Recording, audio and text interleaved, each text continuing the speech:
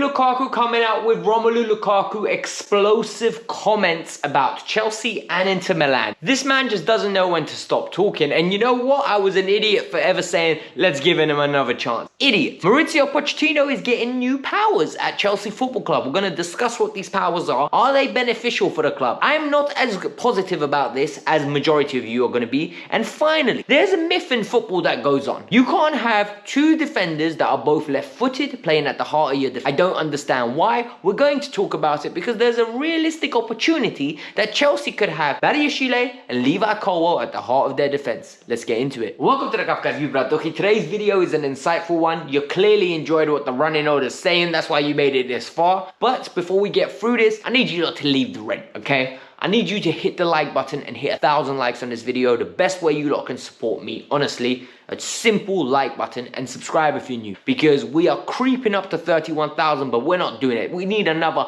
120 people. Come on, guys. Literally, just subscribe. And finally, in the pinned comment is my TikTok. On TikTok, I talk about all different clubs. It's not only Chelsea, so it's nice and engaging. A lot of people get at me. A lot of people support me. So it's a good way for you guys to see my views on football other than Chelsea and Chelsea. So go and enjoy. But we need to start with Romelu Lukaku because I think Romelu Lukaku is the gift that keeps giving for content creators. Because international break, a little bit quiet. Don't worry, Rom will say something stupid. I literally thought that Rom will say something stupid. We're going to have something to talk about. And guess what? Rom said something stupid. Romelu Lukaku is what I like to call chatty pay. Like, he just likes to talk. And the fact that he just likes to talk, he just talks and talks and talks and talks and talks to the point where he says something stupid. And in this case, once again, Rom has actively badmouthed another two clubs. Let me get this straight. Everton, you leave on bad terms. Okay. Manchester United, leave on bad terms. Chelsea, you leave on bad terms. Inter Milan, you leave on bad terms. At what point is it your fault, big? Like, at what point do you look in the mirror and you say, you know what? Maybe the problem is me. Maybe not everywhere is bad. Not everyone is bad. And at this point, I'm the bad one. So let's get into this. Romelu Lukaku, international duty, needs to start talking. And he said, I don't beat around the bush. One day, I'm going to speak about what happened at Chelsea this year, and it's going to shock all of you. Well, big man, if you're going to speak about it one day, why are you not speaking about it then? Why do you have to make these comments now? What happened at Chelsea this year? The fact that you refused to come back and play for the club allegedly. The fact that you didn't want to. You wanted to stay at Milan. Then you got rejected by Milan because they found out about your cheating. Because that's exactly what it was. You cheated on your girl and she found out and she didn't want you back because you wanted Juventus. Like, that's exactly what happened. And then he said, 5 years ago, I wouldn't have stood for what was done. I'm very outspoken. Bro, you're not outspoken. Like, I'm sorry. You think you're outspoken. Outspoken people are the ones that would have stepped up and said something or would have now publicly disclosed what happened. You're just saying stuff for color and effect. You're literally trying to... It's almost like he's trying to prepare his career after he retires from football. And I'm not going to lie to you, I think he's going to be an amazing podcast. I think Romelu Lukaku has got stories for days. There will be a Netflix series of 20 episodes of Romelu Lukaku transfers and what went wrong, and we're going to see a version of events from Lukaku's perspective. And Anelka had a great one, by the way. If anyone's seen Anelka's documentary, go and watch it. It is amazing. It is from Anelka's perspective, though. That's what you need to remember when you watch it. But Lukaku's going to be another player that has a great one. Then he speaks about Inter Milan and the approach to the final. And guess what? He doesn't say much. He goes, you're going to be shocked when you found out how we were approaching it, why my mind wasn't there. Bro, you need to discuss these things. If you're going to give us a snippet, give us the full story or don't say nothing.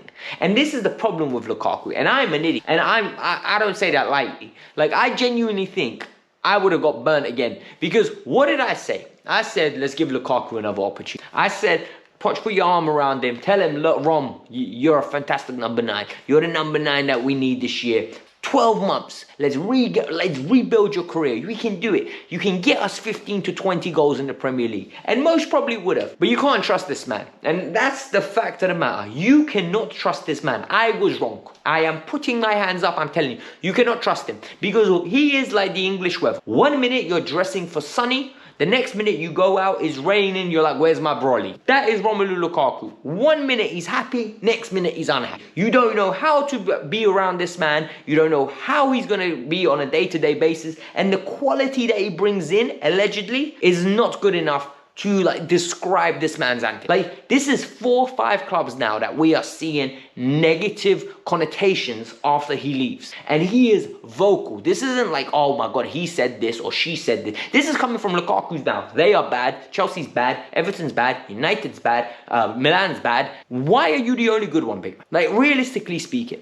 That's my personal. The next story that I found really interesting is coming from Fabrizio Romano. So, Poch recently in a press conference really stipulated that from January he's going to have a lot more say on the players that we sign. Then Fabrizio now has briefed this out. He basically explained this. And guys, I always say, right, Fabrizio works with Chelsea. He has got individuals high up in the Chelsea ranks, 100%. And he gets told, listen, Fab, say this. Fab, say that. Fab, do this. And Fab does it. Why wouldn't he? Like, he is literally living the journalist dream. He's getting a bunch of tractions on his channel. Everyone knows he's one of the most reputable sources. And he's getting direct quotes, most probably from clubs. And this is where it gets interesting. He says now that Pochettino is going to get more creative control with transfers in January. What I'm going to say might shock somebody. I actually don't think our signings have been bad. And when you look at it and you take a step back, right? The signings in January are starting to look good. Enzo Fernandez, phenomenal signing. Mudryk is starting to look good. Like, you can say whatever you want. Badiashile, great signing. Andreas Santos, very good signing. There are good players. Noni Madueke is on the dip because Poch doesn't rate him. Not because Poch is because Noni's a bad player. It's because Poch doesn't rate him. Then you look at the January. Sanchez is starting to look decent. Cole Palmer is looking good. You've got players that have come into the club that all look very, very complete and tight. Even the Sassy looks good. And you know my reservations on this Sassy signing. I didn't understand it, but the signings that they're acquiring and they're noticing and they're scouting, they're good. So I don't see an issue there. The one thing I would say about Pochettino is, Poch might give it the little bit of balance that we need, where it won't be young kids. It would most probably be like, he'll be like, listen, I need a 24-year-old. Like, I need a 25-year-old. I need to balance this squad. I need a little bit more experience. Come on, give us some here. We'll cave here. We'll do this. We'll do that. So it's another voice in. But at the same time, Pochettino really rates Conor Gallagher. Like, he thinks Conor Gallagher is a phenomenal player. I really hope that's not his taste in football. I really don't. And a lot of you are going to say, Alex, you're being mean to Conor again. I'm sorry. I am going to reiterate it. Conor Gallagher is a bench player for Chelsea football. This purple patch does not fool me. I do not feel like he is of the level for Chelsea to win league titles one day. He is a great squad player and he is welcome to stay at Chelsea as long as he wants as a squad player. Because one thing Conor does is he doesn't cheat you. He gives you maximum effort. He gives you good durability. He gives you flexibility in statistical styles that you want to play, and more importantly, he gives you that's just the bare minimum you want from any player, and you get that from. I don't think Conor Gallagher is of the level for us to go to the next level. So if Pochettino is acquiring players of that talent, I think we're always going to be like fighting for 5th, 6th. But if Poch is actually just vetoing the players that the club is offering us, maybe this is it. Poch even himself the other day said, when I saw Cole Palmer's talents, I was like, wow. So hold on, you didn't know how good Cole Palmer was when we spent £45 million on him? Like, this is what worries me. The fact that they were buying players for him. Maybe now that he's going to have a little bit of a say, he's going to be a little bit more involved in the recruitment. I like this. I don't hate it. I'm here to burst a few myths, all right? There are certain myths in football that go on that I really, really don't like, right? Some of them are just like, oh, the goalkeeper has to only be good with his feet. If he ain't good with his feet, he shouldn't be playing. No, the goalkeeper's there to stop a goal, right? He should be number 1 goalkeeper, number 2 ball-playing goalkeeper. That's just fact. And the next one is, you can't have 2 left-footed centre-backs. Why not? Like, this is a myth that has, in my opinion, followed me around my whole footballing career, even as a kid. Like, there was always a Sunday league gaffer like, you can't have 2 lefties. Why? Like, what is so wrong with having 2 lefties when you got 2 righties all the time? Like, some of the best partnerships are 2 righties of all time. So why can't 2 left-footed players? And I understand the logic and the argument of passing angle, the way that the players are so constructed into being right-footed, and majority of them are right-footed, everyone's body shapes and receiving the ball, the left footers just won't be working. But I disagree with it. I can understand something but disagree with it. I think this is something we don't do in 2023 very well. I can understand your thought process. I can break it down, but doesn't mean I have to accept it. Because for me, I think Levi Colwill and Benoit Badiashile is a great partnership. Both are aggressive and strong. Both are intelligent. Both are quick across ground. Both have got beautiful passing range on them.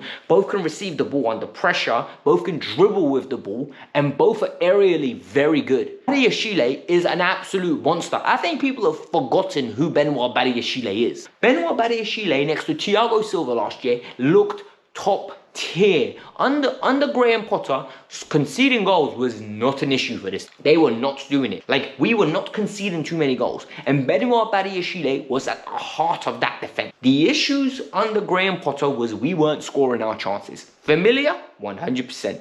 And this is where it gets good.